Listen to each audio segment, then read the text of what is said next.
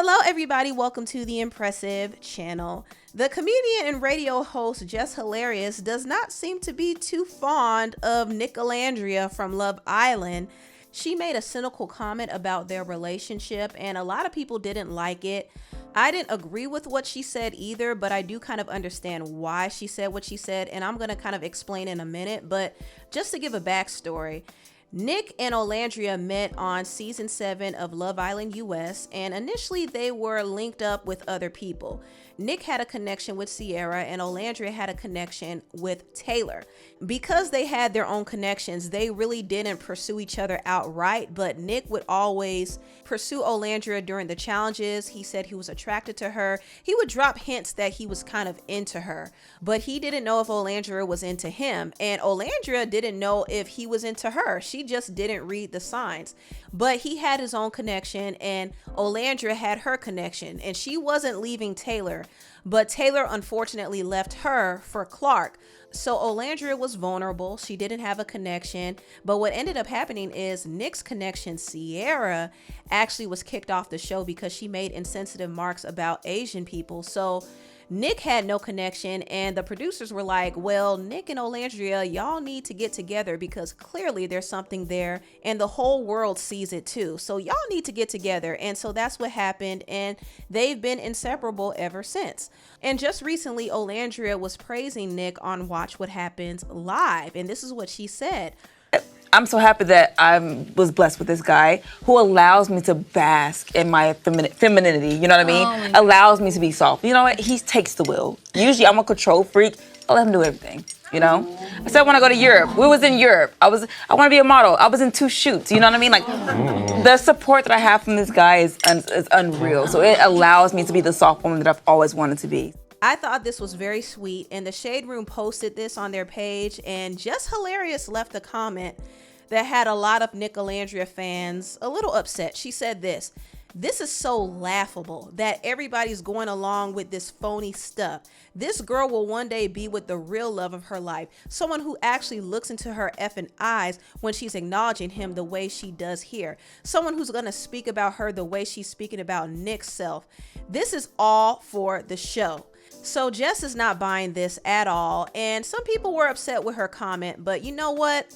Even though I felt like it was negative, I do understand why she said what she said, because there is this idea that a lot of these couples on these reality shows are faking it. And unfortunately, after seeing what happened to the Love Island couples, Janae and Kenny, and Whitney and Lockin, people are going to grow more skeptical. They're particularly skeptical of Black women being in interracial relationships on these dating shows because they don't know if these women are being used or not. Because when you look at Kenny and Janae's situation, Kenny used Janae. For a whole year, he had Janae believing that he wanted her, but come to find out, this man was texting his friends and saying racial slurs about her, and also saying that he's only with her for business opportunities. He's not really into Black girls. I mean, what he did was diabolical.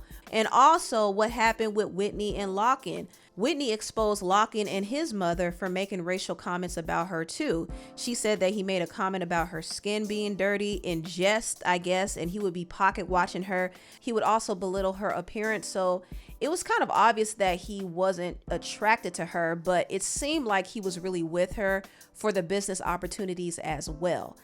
And unfortunately, this happens a lot on these reality shows. A lot of people get into these fake relationships just to use a person so that they could get the brand deals and the following and the opportunities and the money. This happens a lot, and this is probably why Jess said what she said about Nic and Olandria's relationship. She doesn't believe that Nic is truly into Olandria. Now, I will say this. I do think Nic is very aware of Olandria's popularity, and he sees the benefit of being in a relationship with her. She, along with Shelly, were the it girls of Love Island. So he knows that being next to her does give him some points. But also, I do think Nic is genuinely into Olandria. He was attracted to her from the beginning. When I walked in, like, you were one of the most beautiful women I've ever seen. And from the way Olandria talks about him, and how he goes above and beyond to cater to her and do things for her and taking the lead. I mean, he's displaying a lot of green flags so far. So I don't know if it's fair to really put him in that whole Kenny and Locken category. I don't think it's fair, but I do understand why some people might be a bit skeptical. But from what I hear about their relationship so far, I could say I'm pretty optimistic about Nic Olandria. Okay. Most romantic thing Nick has done for you since leaving the show? It is so insane how much I just spoke over my life in the past few years and how everything is coming to fruition now. Wow. So like I always said, like, oh, I wanted to go to Disneyland and all these things, like made that happen immediately. Never been to Europe. He made sure I was a part of his campaign trips where it's paid for and I was able to go to Europe for the first time and went to Greece. Like, he's so intentional. It is insane. That's amazing. He listens and he acts immediately. Mind you, we've only been coupled up for like 2 or 3 weeks. And he's marked off so many things on my list already. Oh my God. The first few weeks of dating each other. So I'm like, oh my goodness, no man has ever in my 27 years has shown me this much like consistency and, you know, just seeing that I just feel so seen with him, you know? It's amazing. Yeah. Mm-hmm. He knew I wanted to be a model. So the first 2 campaigns we shot was people that he's worked with in the past. He made sure I was part of those campaigns to start getting my foot in the door as far as modeling. Okay, and this those guy's a pictures keeper. blew up so much to where like so many people was reaching out to me and like noticing me. We got like 2 Vogue shout outs and like Teen Vogue. Oh my gosh. It's become so big. And like I wouldn't have been in this position if it wasn't for this guy that was able to like put me in this position. You know what I mean? Totally. I love it. Totally. Intrigued. Instead of being intimidated, he's like intrigued. It's amazing. Like, you're such a mystery to me. I want to find out, like, figure out who you are. Yeah, he's definitely into her for sure.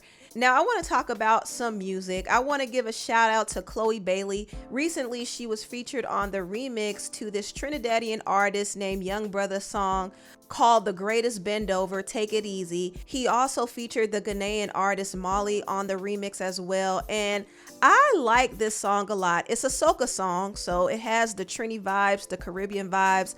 I love it. It makes you feel good. It makes you want to dance. I would have even liked Nicki Minaj to be featured on this song too. I think that would have been a moment as well. But I like this soca song. I really like it. And I like the fact that Chloe is branching out to an international market. I think that would be great for her because right now in the States, things are a little shaky. There's a lot of weird politics that are going on behind the scenes that I think are affecting her career.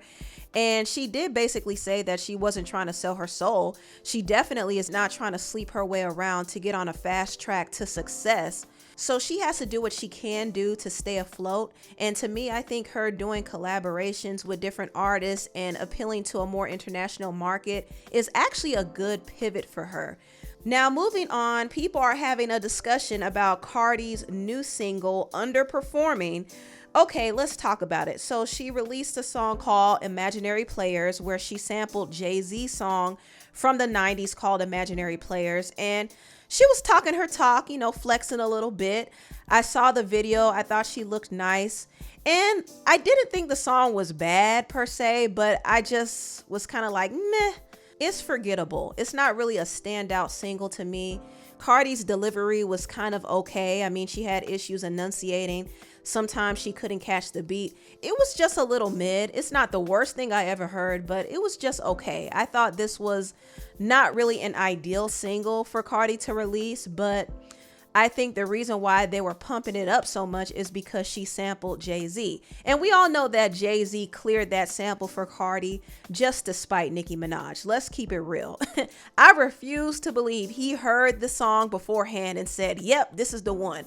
He wasn't impressed either. Let's be honest. But he approved of it for the reason that I already mentioned. But also, some might say that he probably was setting Cardi up. Now, I saw this tweet and I thought it was interesting. They said Jay-Z setting up Cardi because he wants her out the way so Megan can join the current female rap top 3. I see his vision for real. For some reason, I could actually see Jay-Z doing this. He's not invested in Cardi's career like that because she's not his artist, but Megan is. So I could probably see him not really caring that Cardi self-sabotages because that would make leeway for his artist Megan to be in the top 3 discussion. So that take is not really off base to me, but mostly I think he allowed Cardi to use that sample just to get under Nicki's skin. And Cardi was taking shots. Some people feel like she was taking shots at JT and Ice Spice, and she was throwing light subs at Nicki as well, but mostly people caught the shade that she was throwing at JT and Ice Spice. And in her verse, she actually said, "My flop and your flop is not the same. If you did my numbers, you would pop champagne." She also said in a tweet, "My flops do better than any of these B's best performing songs. Facts." Now, Cardi's new song, Imaginary Players, debuted at 147 on US Spotify with only 336,000 streams.